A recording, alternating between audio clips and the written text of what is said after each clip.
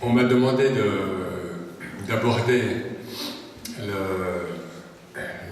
le thème, un thème ambitieux, de Dieu chez les soufis. Mais je crois qu'avant, il serait utile d'après ce qu'on m'a dit, d'après ce qu'on m'a demandé, donc tout simplement de présenter, enfin de donner une image réelle, authentique, donc de tasawwuf, de ce qu'on appelle soufisme, ce mot en isme, qui n'est qu'un nom, c'est un nom, on nous dit, qui a été créé en fait par un pasteur allemand vers 1820, Soufismus, voilà, et qui désigne plutôt une philosophie, une doctrine, alors que même que le tasawwuf, c'est pas de l'avoir, c'est pas avoir une doctrine, c'est pas avoir, vous voyez ce que je veux dire, avoir une confrérie, c'est l'être, c'est el wujud. On y viendra, si vous voulez, donc c'est essayer de goûter qu'est-ce que el wujud el-haq, comme certains maîtres soufis ont écrit, ou bien comme certains auteurs spirituels ont écrit, ils parlent de wujud el-haq, l'être réel. Donc je disais, c'est un nom.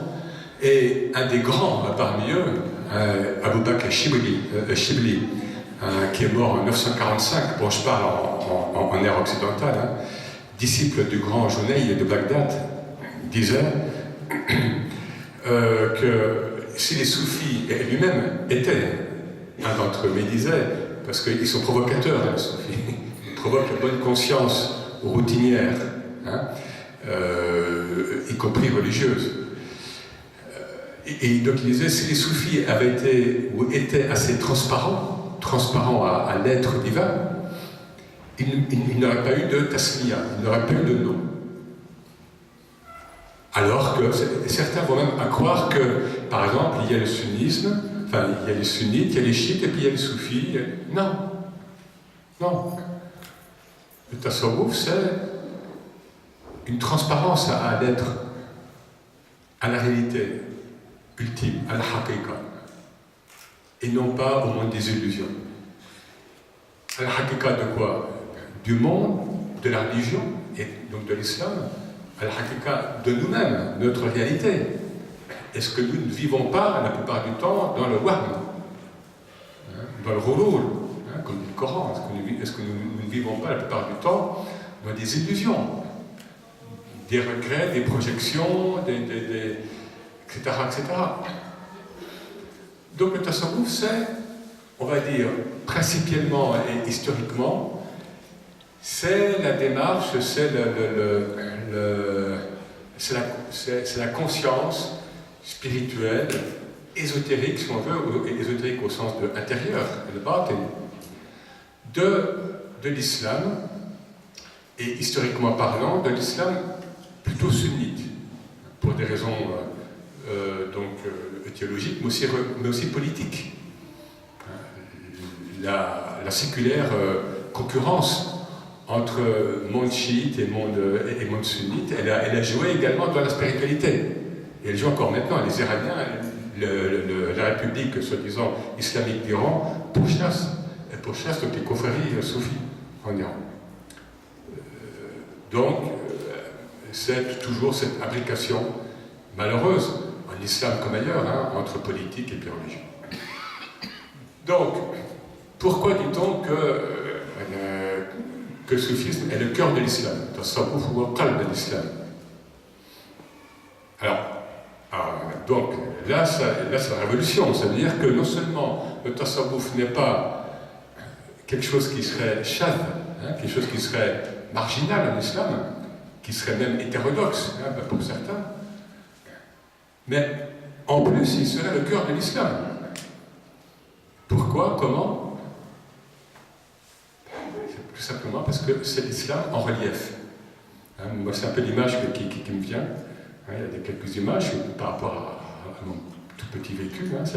C'est l'islam en relief. Il vous donne le relief de votre aqidah.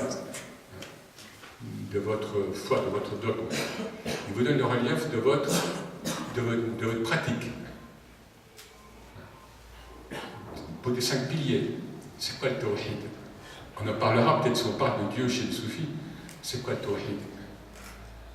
Est-ce que c'est, alors là j'ouvre une piste, hein, est-ce que c'est dire confortablement qu'il y a un Dieu unique? C'est facile à dire, hein, quelque part sur son trône ou bien dans le ciel. Bon, moi j'étais chrétien catholique, hein, et je me rappelle, dans l'église, eh bien, il y avait Dieu le Père avec une barbe blanche, voilà, sur un vitrail. Hein. Bon. Et est-ce que c'est ça? Et puis finalement, par ailleurs, il y a le monde, le Mulk. Hein, et puis on se débrouille, et puis l'humain ou bien les créatures se débrouillent entre elles, hein, et plutôt mal d'ailleurs. Donc il y aurait Dieu d'un côté, unique, d'accord, mais là, et puis il y aurait nous. Et finalement on est dans la dualité. Alors est-ce que le tawhid, c'est pas une énergie qui est en nous?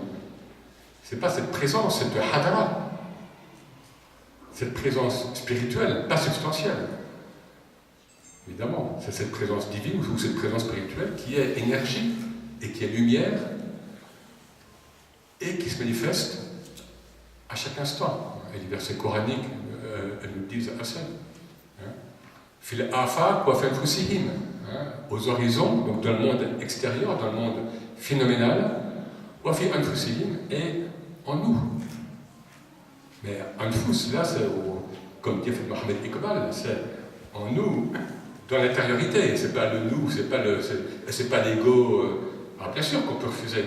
Hein, on peut très bien dire, bon, je suis croyant, hein, et je suis monothéiste, donc alhamdoulilah. Mais encore une fois, peut-être on va l'aborder. Le tasawwuf, c'est une démarche d'exigence. Hein, donc et là, on ne peut pas faire l'économie, hein, de passer par le hadith, où le prophète sallallahu alayhi wa sallam nous dit, bon, je résume donc le hadith, donc il nous dit que le shirk khafi, donc l'associationnisme, il y a l'idolâtrie subtile, elle est plus difficile à percevoir qu'une fourmi noire sur un rocher la nuit. Le shirk al-jali, c'est clair, adorer les statues, une fontaine, bon. L'islam nous a délivrés de ça, et d'autres religions ont préparé le terrain plus ou moins avant ça, et l'islam arrive en fin de cycle, et voilà. Mais le shirk el-khafi, l'idolâtrie subtile, est-ce qu'elle n'est pas dans la communauté musulmane? Je ne dis pas ici, mais dans le monde musulman. Donc, est-ce que nous sommes libérés de cela? Vous voyez, donc ce sont des questions essentielles qui sont énoncés dans les textes scripturaires. C'est-à-dire, faites effort d'intériorisation. Parce que l'effort, le djihad, c'est ça le djihad. Jahada, faire effort, hein, tendre vers. C'est ça le djihad. Le reste, c'est du décor, après, c'est de la géopolitique, c'est du... Donc le djihad, c'est tendre vers l'intériorisation. Et donc, en effet, c'est un effort sur soi. Je peux très bien me limiter à la superficie, à la pellicule des choses, et c'est la charia, et je peux assurer mon salut. Mais, s'il y a quelque chose qui me titille, hein, il y a quelque chose qui me... Finalement, c'est quoi le tawhid? Finalement, c'est quoi le siyam, le jeûner? C'est quoi la salat? Etc., etc. Et là, il y a une quête et qui s'inscrit en moi et qui ne me lâche pas. Il y a une énergie qui pousse, hein, et qui fait que même dans le domaine religieux, qui pourtant donc, est béni, eh bien, il y a des couches, il y a des voiles qu'il faut maintenir parce qu'on ne peut pas être, on ne peut avoir accès à la pure lumière divine, et ça, tous les soufis, même les plus exaltés le disent. Hein? Donc, les voiles, donc les hijabs, sont nécessaires entre la réalité ultime, entre Dieu en tant que haq et nous. Mais, il n'empêche que il faut quand même travailler sur soi pour ôter les voiles de l'illusion. Et donc, texte scripturaire, un verset. وَفِي الْأَرْضِ آيَاتٌ لِلْمُوقِنِينَ وَفِي أَنفُسِكُمْ أَفَلَا تُبْصِرُونَ. Sur terre, il y a des signes. Sur terre, dans l'horizontale, il y a des signes pour les êtres doués de yaqin, donc les êtres qui ont déjà cheminé, qui ont donc une certitude déjà. Certes, donc il y a des signes horizontaux. Et en vous-même, afala tubsirun, est-ce que vous ne creusez pas en vous-même? Et d'autres versets, bien sûr. Et puis le hadith c'est Jibril, une source scripturaire et qui est évidente. Le niveau de l'islam, c'est donc pratiquer le 5 rites. Et le Coran nous dit bien qu'on peut être dans l'islam sans être dans l'iman. Je peux très bien pratiquer l'islam au sens rituel, en étant hypocrite, en étant par pression sociale, familiale, pour avoir un marché. On m'a parlé de gens qui allaient se convertir à la mosquée de Paris pour avoir un marché, donc de créer telle ou telle entreprise à la Mecque ou bien à Médine. Paris vaut bien une messe, disait déjà Henri IV à l'époque. Paris vaut bien une messe. Donc on se convertit des fois par. Donc, voilà, je peux prier par pression. Je peux porter le voile, en parlant d'une femme, et ne pas prier. Se mettre la charrue avant les bœufs. Comme on dit, ou se mettre l'accessoire avant l'essentiel. Et puis, il y a l'iman. Bon, vous connaissez ce hadith, enfin, je le résume quand même. Donc, l'iman, la foi. Ah, déjà, là, on est dans le subtil. Qui a la foi et qui n'a pas la foi parmi nous? Quel est le degré de foi? De ma foi. À tel moment, à tel waqt, à tel moment, parce que la foi, c'est jamais acquis une fois pour toutes. Sinon, on tombe de là, comme on dit en arabe, un routine. Un routine. Voilà. Eh bien oui, la spiritualité, elle ne supporte pas la routine. C'est l'un ou l'autre. Tandis que la religion, elle peut s'accommoder, enfin, le vécu religieux peut s'accommoder de la routine, peut s'accommoder de l'hypocrisie. Quelque religion que ce soit. Et là, disons des exemples urbi et torbi, proches et lointains. Voilà, donc la foi, voilà, c'est quelque chose qui est un don, bien sûr, fadlun min Allah, c'est un don, mais bon, qui se cultive, et qui se travaille, et qui se renouvelle. Tajdid al-iman. Souvent on me dit, même, bon, machallah, vous êtes converti, vous avez un ajr azim, etc. Mais je dis, mais nous devons nous reconvertir, même si je n'aime pas ce mot-là, chaque jour et à chaque moment. Que vous soyez né en islam ou que moi je suis musulman depuis 1984, vous savez, j'ai eu le temps depuis de tomber dans la routine. Ça fait 30 ans, voilà. Donc, tajdid al-iman. Et ça, c'est le spirituel qui nous travaille et qui fait que nous renouvelons, en effet, notre foi à chaque instant. Et puis, alors, le premier niveau, donc, l'islam est régi par le fiqh, en fait, est régi par le normatif, par ce qui est visible. Un faqih, je veux dire,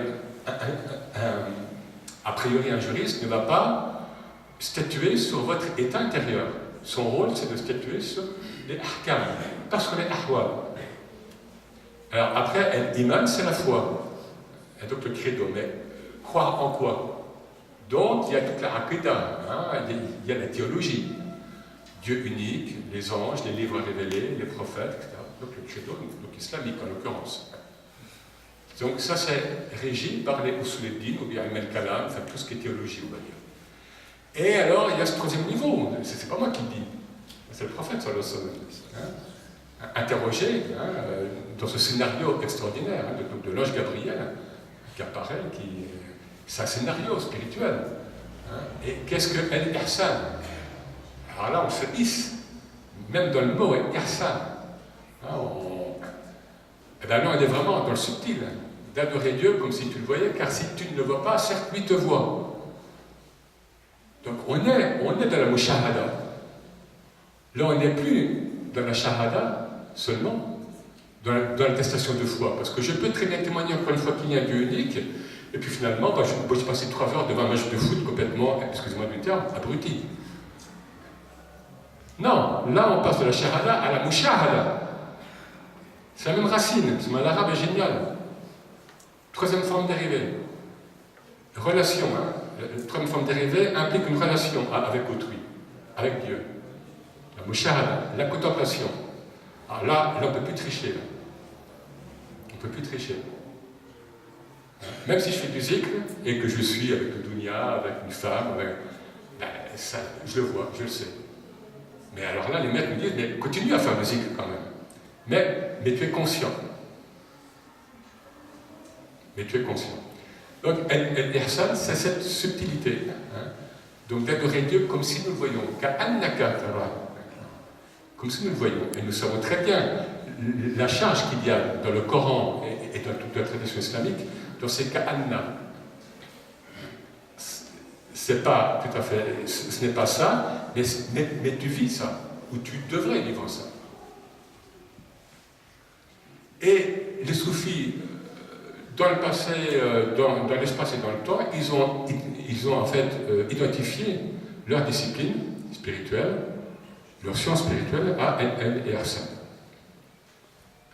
Donc, et il ne faut pas réduire l'ihsan à la morale. On dit parfois l'ihsan, c'est le bel agir. Bien sûr, c'est ça, mais c'est autre chose de plus. C'est la recherche de l'excellence. Ahsana. Et voilà, donc, dans ce hadith Jibril, nous avons tout le tasawwuf. Et un des premiers manuels de soufisme, donc du Xe siècle, donc le kitab al-Lum'a, donc de Abu Sarraj et Tousi, écrit par un Iranien, nous dit, voilà, il développe tout son livre sur 4 hadiths. Il nous dit, tout le tasawwuf est compris dans, enfin, ou bien se fonde sur 4 hadiths. Khalas.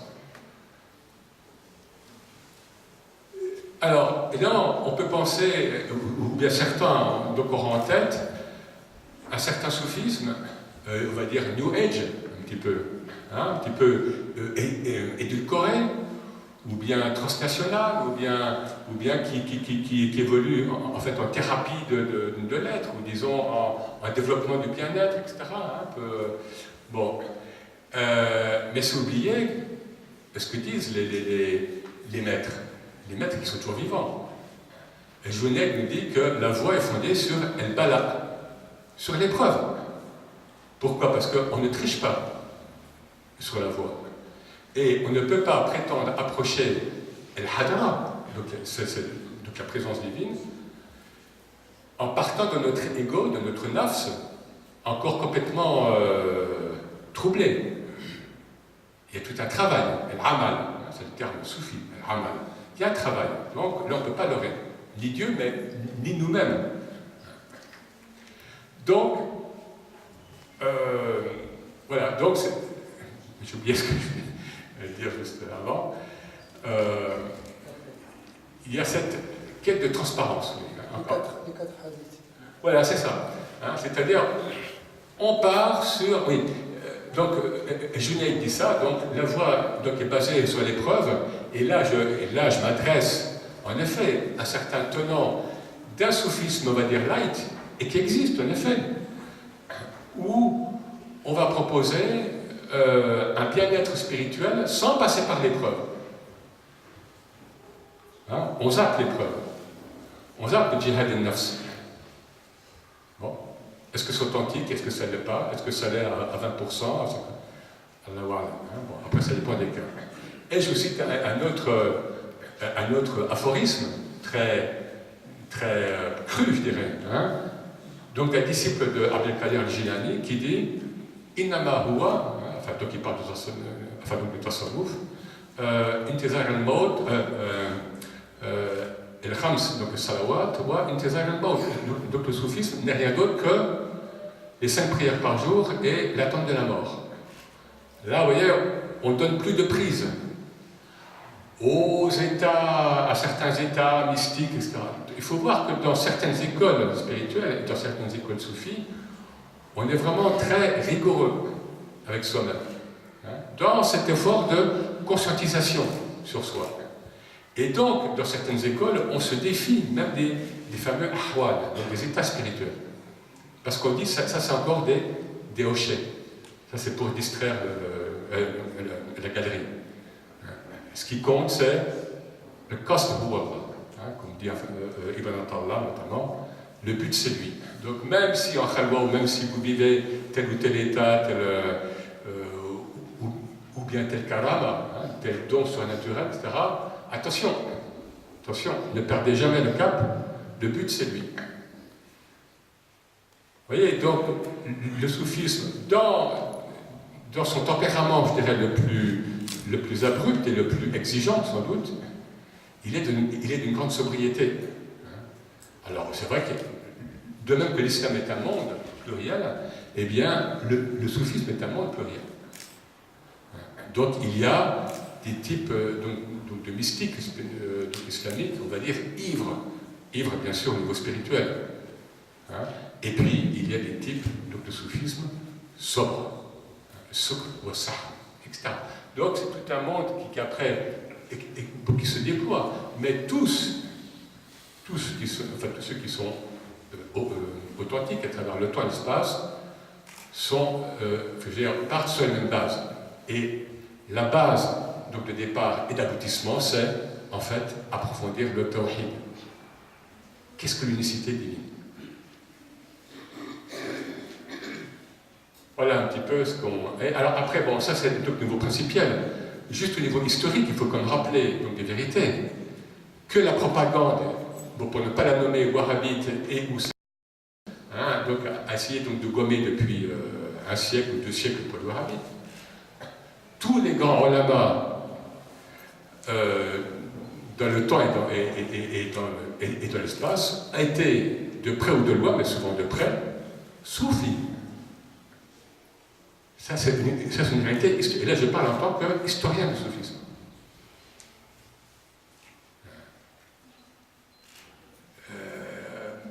Pour aller vite, Ibn Taymiyyah était soufi. Nous avons des textes. Moi, j'ai des manuscrits, j'ai travaillé sur des textes, moi et d'autres.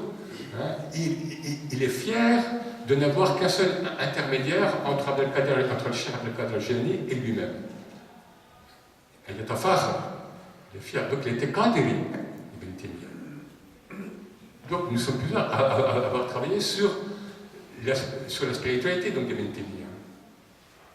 Et regardez ce que l'ont fait certains, donc des siècles plus tard. Ils ont complètement tronqué de sa pensée. Enfin, sa pensée et son expérience. Et Suyuti, et les Souki, et Nawawi, pour parler donc des plus connus. Donc, historiquement, là je vous renvoie à telle ou telle étude, le tasawwuf était un trait dominant de la culture islamique globale.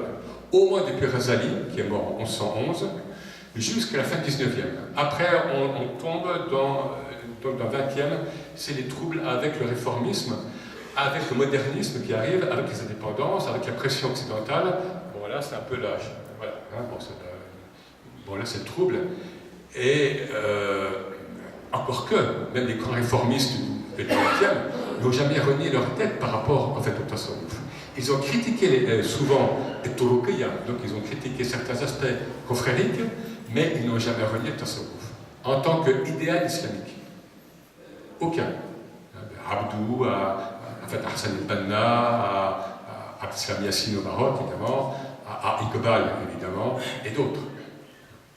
Donc, historiquement, le tasawwuf et son expression, et sa doctrine, et ses formes d'expression aussi artistiques et festives, etc., ont été, et sont encore, un trait dominant de la culture islamique globale. Donc ce trait dominant serait quoi? Il serait donc hétérodoxe. Attendez, soyons sérieux. Parlons scientifiquement, historiquement. Voilà, peut-être déjà une amorce. Après, si vous le voulez, on aura peut-être le temps de parler de Dieu chez les soufis, même si j'ai déjà un petit peu esquissé le thème. Peut-être Cheikh Tarek a... Non. Il ne reste pas grand-chose à dire. Voilà.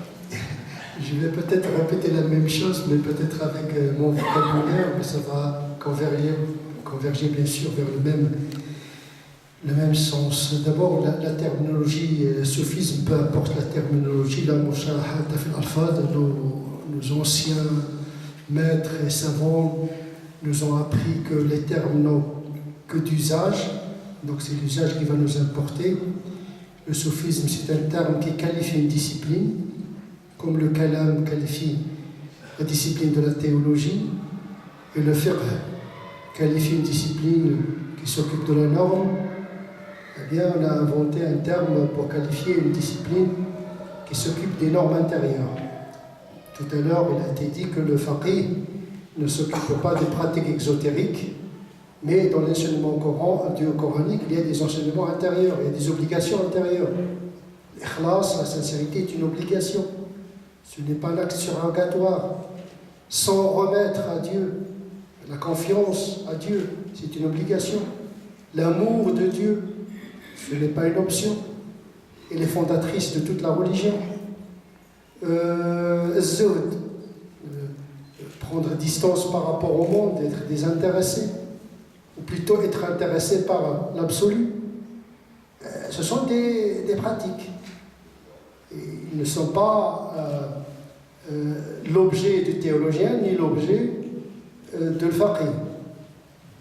Le théologien, quand il parle de Dieu, eh bien, il opère par une approche spéculative, presque cérébrale, scientifique. Donc on essaie d'interpréter les attributs de Dieu et les noms de Dieu à travers le texte, c'est ce qu'on appelle la théologie révélée. Mais également, il y a des théologiens qui ont développé la quête de Dieu par la raison, c'est-à-dire la théologie spéculative ou naturelle, à travers les signes cosmiques, puisque Dieu nous parle à travers 3 livres. Le livre cosmique et naturel, le livre intérieur, qui est le livre de l'Fitra, et ça c'est le domaine des sophies, et le livre révélé. Donc on est là devant 3 livres. Le théologien s'occupe de Dieu révélé et du Dieu naturel. Mais le Dieu qui nous parle de l'intérieur, de l'Fitra, ça c'est l'objet de la discipline du sophisme qui plonge dans l'intérieur et qui traverse le désert intérieur en quête de Dieu. Donc Dieu, il est loin, il est tout près. Zahir, tellement évident qu'il est caché. Mais en même temps, il est caché. Caché dans nos cœurs, caché dans son évidence, d'une certaine manière. Et donc Dieu des sophis, c'est Dieu du Coran, Dieu d'Abraham, Dieu de Moïse, un Dieu que l'on cherche en permanence. Inni dhaibun ila rabbi sayahdin. Ibrahim dit, je vais en quête de moi, je marche vers Dieu. Peut-être il va me guider. Et donc le sophisme, c'est une marche vers Dieu. L'objectif, c'est d'atteindre Dieu. Donc il y a la théologie, il y a le fiqh. La théologie nous dit le sens de l'existence, l'aqida, le Dieu, la vie, la mort, le monde visible, l'invisible. Donc il nous situe sur la vérité existentielle, c'est l'aqaïd, les dogmes qui éclairent la foi, parce que la foi a besoin d'être éclairée. Et il y a le faqih qui répond à la question du comment exister, mais exotériquement parlant. C'est le rite et la morale. Mais l'aspect exotérique uniquement, parce que le faqih ne s'occupe pas de la validité intérieure d'une prière, mais vous qualifie de valide une prière qui est conforme au geste exotérique décrit par les textes. Il dit ça c'est une prière valide. Sahih ou batil. Mais il ne parle pas de l'qaboul. Est-ce que c'est une prière qui est acceptée? Parce que une prière acceptée, il y a tellement de déterminants qui peuvent invalider une prière, même si en extérieur elle est conforme à la charia. Donc la charia, ce n'est pas tout l'islam.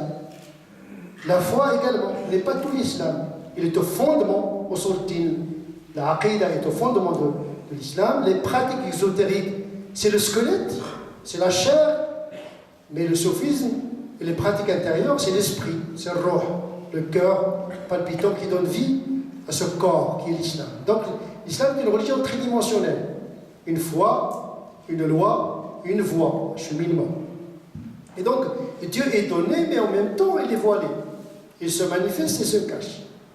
Et donc, la foi nous donne un aperçu général, l'aqida, mais elle reste floue. Dieu reste flou dans nos esprits. Le jour du jugement dernier pour nous est très loin. Le monde invisible, il reste invisible. Or, l'objectif du sophisme, c'est réduire l'écart métaphysique qui nous sépare du monde invisible et notamment de Dieu. Taqarrub, c'est donc les pratiques, la foi, les 5 prières, le dhikr, le jeûne, la rectitude doivent être au service d'un projet. La pratique pour la pratique n'a aucun sens. Sinon, on tomberait dans la non-monatrie. Ibadatul sharia, on adore la loi. On prie parce que c'est comme ça. Mais Dieu, il nous a donné un programme pour aller le rencontrer. C'est comme quelqu'un qui court sur place. Or, la prière doit être une marche vers Dieu, pas une marche sur place. Et donc, la valeur d'une prière, c'est en fonction de ce qu'elle vise. Qu'est-ce qu'elle vise? Le dhikr, le rappel, la souvenance de Dieu, pas la distraction. Les dhikri, il y a toujours un rapport avec la rectitude morale, mais également un rapport avec la connexion avec le divin. Et donc la loi est au service du cœur, au fond. Elle est fondée par l'aqida, mais elle doit travailler le cœur en profondeur pour transformer le comportement. Donc l'objet du sophisme, c'est une discipline qui s'occupe de la rectitude, de la pensée, du sentiment, la rectitude spirituelle, morale, afin d'atteindre la gnose par perception gnostique intérieure, c'est-à-dire la connaissance de Dieu par le cœur. C'est la démarche de la théologie mystique, la théologie spéculative, rationnelle, naturelle, connaître Dieu par l'interprétation de la nature, connaître Dieu par l'interprétation des signes révélés et étalés, mais il y a une autre forme de connaissance, par le goût, par la rencontre, par l'ihsan, par le dévoilement. Mais dévoilement ou pas, en vérité, le dévoilement, c'est une conséquence. Le but, c'est l'istiqama. Donc, il y a beaucoup de théories mystiques qui n'intègrent pas le kashf comme une station obligée. Moïse était dévoilé. Il ne voyait pas ce que le Khidr voyait. Ça ne veut pas dire que Moïse était moins que... Dieu a voilé Moïse pour qu'il s'adonne à une tâche noble pour guider les gens. Parce qu'il y a des mystiques qui passent tout le temps à contempler l'invisible aux dépens du visible. Or, Dieu veut que nous soyons dans le visible, pas dans l'invisible, que chacun reste à sa place. Si Dieu avait voulu, il aurait fait de nous des anges. Mais il veut qu'on soit également voilés. Il y a même des saints qui demandent d'être voilés pour ne pas être perturbés par les conséquences du cheminement. Donc il y a plusieurs options. Tout à l'heure, Rick a parlé de Ibn Taymiyyah. Ibn Taymiyyah, il est dans la lignée du sophisme hanbalite, qui est une option de confrontation avec le destin. Donc son cheminement spirituel, il est combatif. Chadélia, par exemple, qui sont Ash'arira, ils ont un rapport fluide avec le destin. Ils se laissent emporter par le destin. Donc il y a des techniques de transformation morale et spirituelle selon les options. Et donc le choix doctrinal théologien influence également le cheminement, également les options canoniques. C'est-à-dire que le sophisme n'est pas déconnecté de la dogmatique et du canonisme. Il y a 3 dimensions. L'islamité ne peut se réaliser qu'avec une aqidah, qu'avec une sharia, et qu'avec une haqiqa d'une certaine manière, la réalisation des données révélées. C'est-à-dire, le dogme vous dit Dieu est unique, c'est simple et compliqué en même temps. Qui de nous a senti un jour Dieu? Pour nous, Dieu, c'est une idée. C'est une fleur artistique. On n'a même pas une perception de Dieu à la théologienne. On n'a même pas des options théologiques spéculatives sur Dieu, sur les attributs de Dieu. On n'a même pas une approche intellectuelle de Dieu. Je ne parle même pas de la perception de Dieu par le cœur et qui est la connaissance la plus solide. Comme disait l'imam al-Banna, c'est l'âme qui est la plus à même à saisir la vérité de Dieu. La raison n'est qu'un moyen de fortune. La raison est nécessaire, la pratique sont des obligations nécessaires, mais au service justement de cette rectitude intérieure, et cette rectitude spirituelle et morale, l'istiqama. C'est la voie de l'exigence. Les gens pensent que le sophisme, c'est du folklore. C'est les derviches tourneurs, ils tournent tout le temps avec des musiques, etc. Et puis le soir, ils dorment. Non, les sophistes on peut dire, sont des intégristes, entre guillemets. Ça peut choquer. Mais ils ne se donnent pas de cadeaux. Ils sont exigeants envers eux-mêmes, miséricordieux à l'égard des autres. C'est la vigilance de l'esprit à chaque instant, l'éveil de l'esprit. C'est ça le dhikr, ne pas oublier l'essentiel. Et donc le sophisme, c'est une discipline avec des options, avec des maîtres, avec des tendances, avec des options.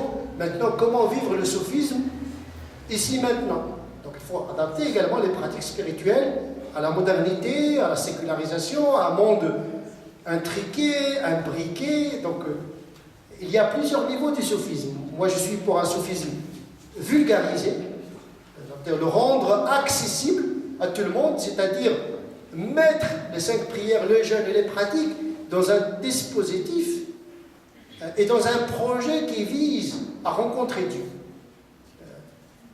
En marchant, en boitant, en rampant, l'essentiel, c'est de marcher vers Dieu, chacun son rythme. Et je pense que la voie vers Dieu, c'est la voie la plus simple. Parce que Dieu ne cherche pas la contrainte. Dieu, il est accessible, on peut être saint. On peut rencontrer Dieu. Ce sont les gens qui sont compliqués, pas Dieu. Nous aurons la voie que nous méritons.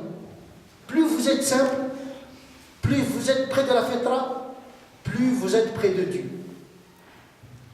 Un disciple, un jour, un novice a voulu mettre le pas dans la voie. Parce qu'il y a des gens qui n'ont pas décidé de marcher. Ils font la prière, mais ils n'ont pas décidé de marcher, de cheminer. Il fait le jeûne, les musulmans, mais il n'a pas décidé. Il n'a pas le désir de Dieu. Je fais la prière, Dieu m'a dit la prière, je fais la prière. Je ne me casse pas la tête, c'est comme je jeûne, je fais le jeûne, ça s'arrête là. Mais où est-ce qu'il est le désir, le moteur de tout ça? C'est dommage de ne pas capitaliser tout ce travail au service du désir de Dieu. Ce qu'ils veulent, rencontrer sa face. Voilà, c'est leur projet. Ils méditent, ils se concentrent, ils réfléchissent, ils font le dhikr, l'invocation, matin et soir, pour rencontrer Dieu. Pas forcément le voir par l'œil de la tête, mais peut-être par l'œil du cœur, d'une certaine manière. Et donc, la sharia, il est au service de la haqiqa, il débouche, ça doit déboucher. De dhikr de lisan, il faut passer au dhikr du cœur.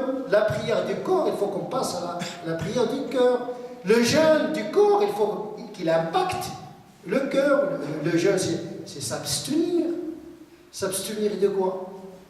Si le musulman est capable de s'abstenir de la boisson et la nourriture et le rapport sexuel, il est capable de s'abstenir du mal, de penser le mal. Le jeûne de la pensée, le jeûne des sentiments, la domestication, la modération. Le jeûne, c'est la résistance contre cette impulsion de la consommation à outrance. Plus que jamais, notre civilisation a besoin de jeûne. Se libérer. Le sophisme, c'est la voie de la libération. Je me libère de la tyrannie esthétique, de la tyrannie du corps, de la tyrannie de la consommation, la liberté de dire non à mes instincts. Le triomphe de l'esprit sur le corps. Il ne s'agit pas de mortifier le corps, mais de le canaliser et de le modérer. Ruh, il faut qu'elle triomphe du corps, et pas le contraire. On prend en considération les besoins du corps, mais avec une consommation modérée pour laisser la voie à l'âme, comme disait un mystique. Quand le corps a faim, l'âme se rassasie. Et quand le corps est rassasié, l'âme a faim. Il faut trouver le juste équilibre. On n'est pas que des molécules, on n'est pas que des réactions biochimiques, on n'est pas que des cellules. On est une âme qui circule dans ce corps, qui fait sa noblesse. Donc cet aspect-là, c'est l'objet du travail du soufisme qui programme le cheminement en deux phases. C'est-à-dire la réalisation de la morale et de la rectitude spirituelle, et la réalisation des connaissances révélées dans le Coran par une perception intérieure du cœur. C'est le domaine de l'ma'arif, parce que le cheminement, le soufisme, a produit une connaissance rationnelle. Il n'y a pas que la théologie spéculative, que la rationalité qui a produit une forme d'intelligence. Les mystiques, Ibn Arabi et beaucoup de savants, ils ont produit conformez-vous aux exigences de la rectitude, Dieu vous enseignera. C'est l'inspiration, la grâce. Mais la grâce, il faut qu'elle soit travaillée. Il faut préparer le récipient pour accueillir cette connaissance. Et la vérité ne se cueille pas, elle s'accueille. Encore faudrait-il préparer le cœur pour la recevoir. Et donc, effectivement, cette discipline est ignorée par les musulmans. C'est une discipline aussi importante que le fiqh, peut-être plus. Ahmed ibn Hanbal avait parmi ses élèves Abu Hamza Soufi, qui était un de ses disciples, mais qui était un maître spirituel. Quand on pose une question à Ahmed ibn Hanbal concernant les subtilités des sentiments qui pouvaient traverser l'esprit, les synthétiser, quelle est l'inspiration, quelle est la susurration, quelle est la sincérité, sont des domaines qu'Ahmed ibn Hanbal ne travaillait pas. Ça ne veut pas dire qu'il n'était pas un saint, il était un saint, mais il ne s'est pas consacré à cette discipline. Et quand on lui pose des questions qui sont en rapport avec l'acte du cœur et de l'âme, il se dirigeait vers son élève Abu Hamza et lui dit « Mada taqulu ya Sofi » Oh, toi qui es Sofi, qu'en penses-tu de cette question, de cette fatwa? Il y a des fatawas Sofi, il y a des fatawas. Bien sûr, dans les ouvrages, vous lisez les ouvrages de Siyuti, dans ces fatawas, il y a fatawas Sofi. C'est-à-dire des gens qui posent la question, quels sont les indices d'une sincérité? Quelle est la différence entre sincérité et véridicité? Quels sont les symptômes d'un courage? Qu'est-ce que c'est que la dignité? Qu'est-ce que c'est que la jalousie? Qu'est-ce que c'est que l'envie? Qu'est-ce que c'est que l'orgueil? Il y a l'orgueil manifeste et l'orgueil subtil. Il y a shirk al-khafi, il y a shirk subtil. Quels sont les symptômes de ce polythéisme, cette idolâtrie implicite et subtile? C'est le combat du mystique, celui qui arrive à éradiquer cet associationnisme subtil. Il va réaliser le tawhid. Le tawhid des soufis, ce n'est pas le tawhid des théologiens spéculatifs. Le tawhid des théologiens, c'est l'unicité de Dieu à travers les noms, les attributs tels qu'on pourrait les interpréter à travers le Coran et le Sunna. Le tawhid chez les mystiques, c'est la fusion de l'ego dans l'absoluté de Dieu. Le hadith al-wali, il y a un hadith du wali dans lequel Dieu dit, c'est un hadith saint d'ailleurs, où Dieu dit, tant que mon serviteur se rapproche de moi, je serai sa main avec laquelle il agit, je serai son pied avec lequel... C'est une fusion, pas ontologique, mais une fusion spirituelle entre l'être relatif et avec l'être absolu. C'est ça un petit peu le but ultime de chaque musulman conscient du projet existentiel qui sied à tout musulman, en tout cas à viser de la tâche, c'est-à-dire nous sommes créés pour connaître Dieu. Je n'ai créé les djinns et les humains que pour m'adorer. Ibn Abbas de traduire l'adoration par la connaissance. Une adoration qui n'aboutit pas vers la connaissance de Dieu par la saveur, par le parfum, par le dhawq, n'est pas une connaissance.